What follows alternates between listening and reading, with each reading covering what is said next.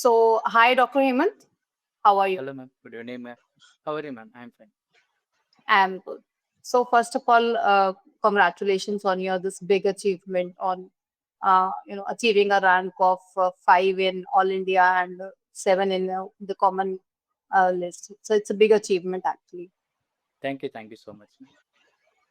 So, tell me something about yourself, Dr. Hemanth. Where do you belong to, and from where you have done your MBBS and MD? Yes, ma'am. Myself, Dr. Hemanth. I'm from Pondicherry. I did my schooling from Petit Seminary Higher Secondary School, and then I did my MBBS from Sri Lakshmi Narayana Institute of Medical Sciences, Pondicherry. I did my post graduation MD Anesthesia from All India Institute of Medical Sciences, Patinda. So I recently passed out in Jan 2025, and after that I gave my NEET SS exam, and I had secured a rank of AR 15 in that, followed by which I gave my illicit SS exam. In that I got an AML rank of 5. This is great. So you are telling me that you achieved the rank of 15 in NEET SS also, and you have recently passed out your MD anesthesia in Yes, January 2025. This is a big achievement because many times students are not able to, crack this INISS and NEET immediately after their, post MD anesthesia. So this is again a big achievement. Plus, I think I would like to tell you that I've also done my MD anesthesia from a nearby place. It's a government medical college in Faridpur, actually. yes. I So, have attended so, a conference there also. okay, okay. So this is great, actually. So tell me something. Why did you opt for cardiac anesthesia out of all the super specialties? It is one of the most hectic branches in anesthesia, and it's a bold decision. So why did you choose it? Yes, ma'am. Ma'am, I did my post graduation from All India Institute of Medical Sciences, Bathinda. So, in my department, I had exposure to almost all the super specialty subjects of anesthesia.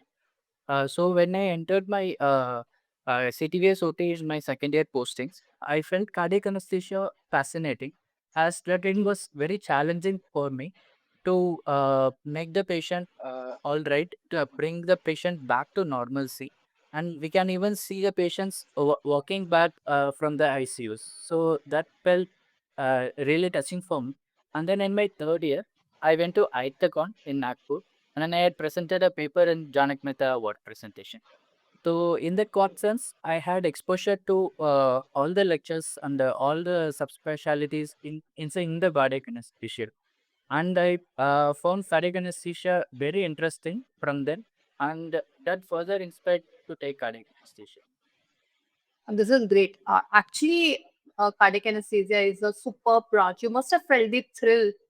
Uh, I think inducing a patient with a cardiac issue and hemodynamic instability, and then bringing that patient first going on bypass and arresting the heart, and then bringing back that patient to life. So it is actually thrilling. But yes, it is hectic, but it is superb branch.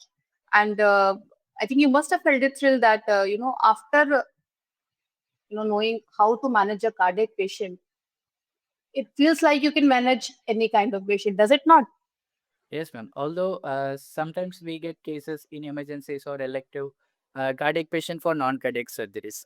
Once we are a little bit confident in cardiac cases, then these cardiac patient with non-cardiac surgery also we feel good actually after the patient goes well. The patient will be coming with too many comorbidities, too many heart diseases, and then the patient will be having a clean intra-op and post-op period, and then the patient will be going home. That is very True, true, satisfactory to true, us. true, true. I also feel this thrill every day. So tell me something. How and when did you started preparing for the NEET and INISS? Uh, I think that the NEET and INASS preparation starts from the day one of MD residency now, because it is a part and parcel with what we do in our residency. From the every cannulas we put, every patient we induce, every patient we see in the post-operative period, everything matters. So I was reading whatever I was possible during my hectic residency during MD side by side. Then I bought Marrow in my final year of residency now. So I saw uh, some videos during my third year of residency, which helped me to in my MD residency exam also, man. For example, I have seen like first 8 videos tell cardiac monitoring, cardiovascular monitoring in cardiac anesthesia, ma'am. So the DLT questions, even the Viva and the basics of cardiac physiology, everything that was there from your notes only. It was helpful in my exam also, ma'am. I got MS case in my final year MD practical as long case. So that helped me in cracking that, and I topped my MD exam also. And in general anesthesia also, I was seeing Dr. Arun Arvind sir's videos and Chaitanya sir's videos. That also helped me in my MD residency. And once I was done with my MD residency, I started preparing for NEET assessment. I was seeing general anesthesia videos, and then whatever was remaining, I was making notes, and then I used to solve MCQs also from two MCQ books, and Marrow Q Bank also I used to practice. And I used to regularly give weekly mock test that was available in Marrow app. And by the end of March, we had this NEET SS exam, and I got a good rank. After my NEET SS preparation, I started for INISS by watching the remaining videos of cardiac anesthesia. And then once I was done with the videos, I used to revise my notes, and then I was simultaneously solving the cardiac anesthesia Q bank. Once I was done with both of them, and I had confidence, I saw your my MCQ discussion videos, ma'am. So that gave a clear picture as a whole of cardiac anesthesia, ma'am. And I think the level that was taught in Marrow is little bit higher than what is asked in the real exam. So it was like a cakewalk during the main exam. So that is good actually. So, you first thing that I've I concluded from your this whole thing is one. If I can briefly say that whatever you learn in your anesthesia residency, your day-to-day clinical challenges, your clinical cases, whatever you are doing, so it definitely helps you prepare for your SS exams and obviously your MD exit exams, yes, but SS exams also, right? Yes. So you cannot ignore those, so that is good. And secondly, you said that you joined Marrow program in your third year, right? Yes. So I think it's now around more than around 1.5 years that anesthesia Marrow anesthesia program has been going on. So you Yes. joined the very in the very start or in the very beginning of the anesthesia residency Yes, ma'am. program. I started in the beginning, and in the previously, we did not have actually Marrow Bank. Later only it was added, and in general anesthesia, Arun Arvind sir's videos I saw. Later Chaitanya sir's videos were added, and then I saw that, and then they started tests also. So I started solving the tests also. So I was in the journey of this 1 year. This is nice. So basically, Marrow anesthesia residency program helped you during your conventional MD residency program, I should say, right? It Yes. helped you with your MD exit exams. You got a case of MS, and it helped you with the NEET SS and INISS also. So Yes. this is great, actually. So, did you attend that second stage, the second lecture, which was on the how to crack the interview stage of the INISS? Yes, ma'am. So, Ma'am, did it actually, help during you? my MD residency also, I had given INI in, yeah, in the November, ma'am.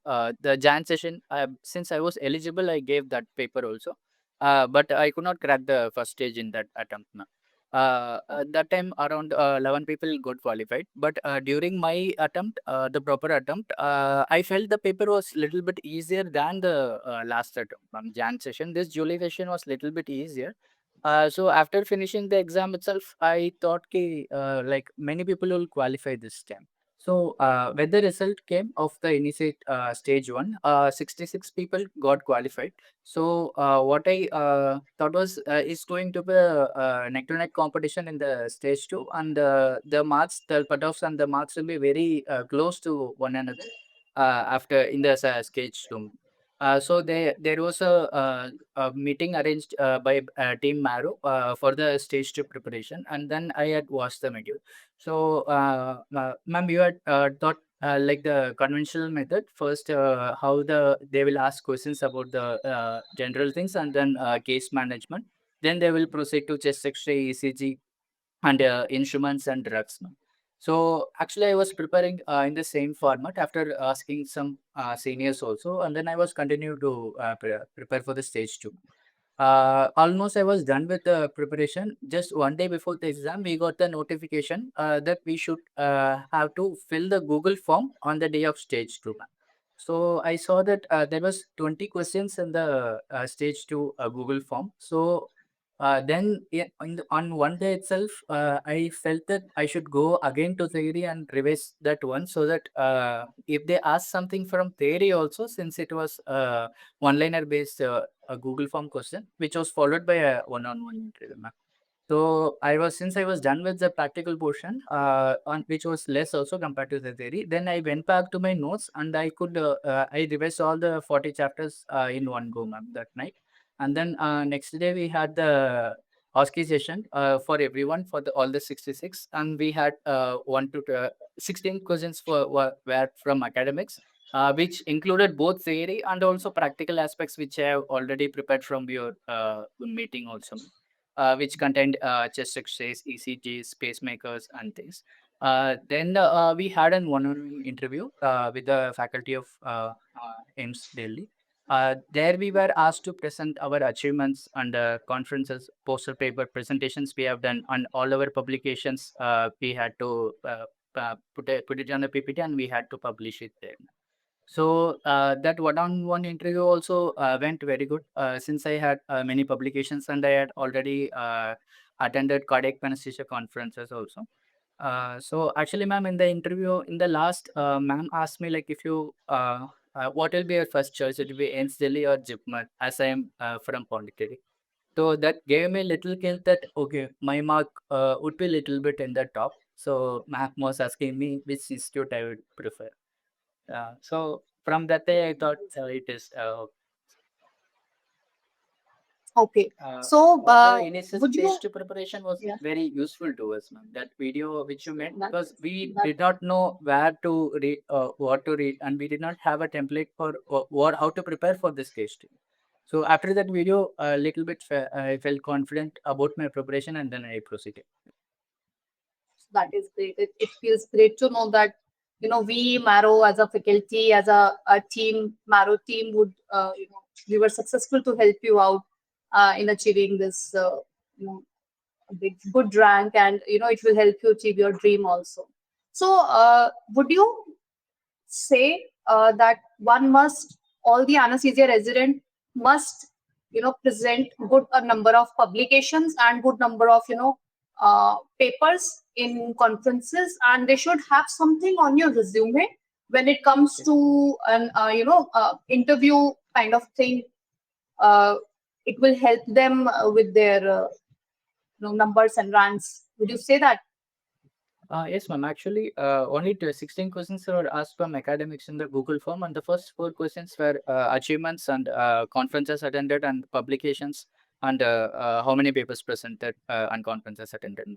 So I think it is, if someone is trying to crack INA second stage, it is better to be expose yourself to numerous number of conferences, and start publishing the papers which have already started, and then attend many conferences and present and try to win one or two paper presentations there also, so that as a whole we can try to impress them in the second round, so that we need not lose that part also. Yes, yes. So because every point matters, and every publication and every presentation that you have, uh, oriented to what you are applying for is going to help you. It actually helps you look better in your exam. It helps you look beautiful in your exam. So CV looks beautiful. So this is a good point actually you are saying, and I think students must try to use this advice of yours, that be more more into the publications and be more into paper presentations. So because it is very difficult to crack second stage INI. Everybody who has cracked INI stage 1, they all are what do we say, that they are all are competing neck to neck. So there you should have something to put your hands up. So this is a good point actually. So any advice you would like to give the students who are doing currently MD anesthesia, and who are aspiring to be the DN residents? And plus, I'm sure there must be few students who may not be able to, who were not able to crack NEET SS or INI-SS this year. So any particular advice you would like to give to all these students? Yes, ma'am. Ma'am, first, those who are repeating the exams, for them, I would like to advise that they should, since they have already completed their MD exam, they will have to concentrate more on MCQ solving. I think their MCQ solving skill will be a little bit lacking in them. That's why they are not able to crack the exam. If they are solving MCQs regularly and then just revising the notes for 1 or 2 hours, whatever time they get along with their job, it is easy to, and they lost revision before the exam, it is easy to crack the exam.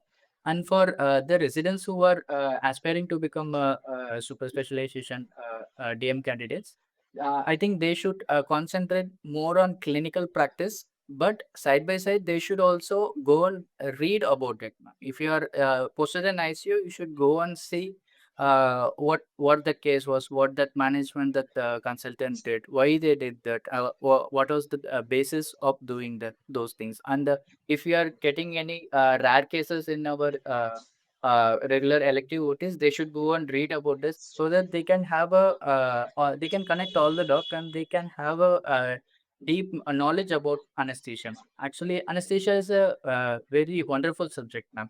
Only if we read, we will know the depth of anesthesia and we will try to love anesthesia more. Yes, correct. Reading is very important, and anesthesia is a beautiful branch. Uh, it is just like a medicine branch. Okay, you Yes.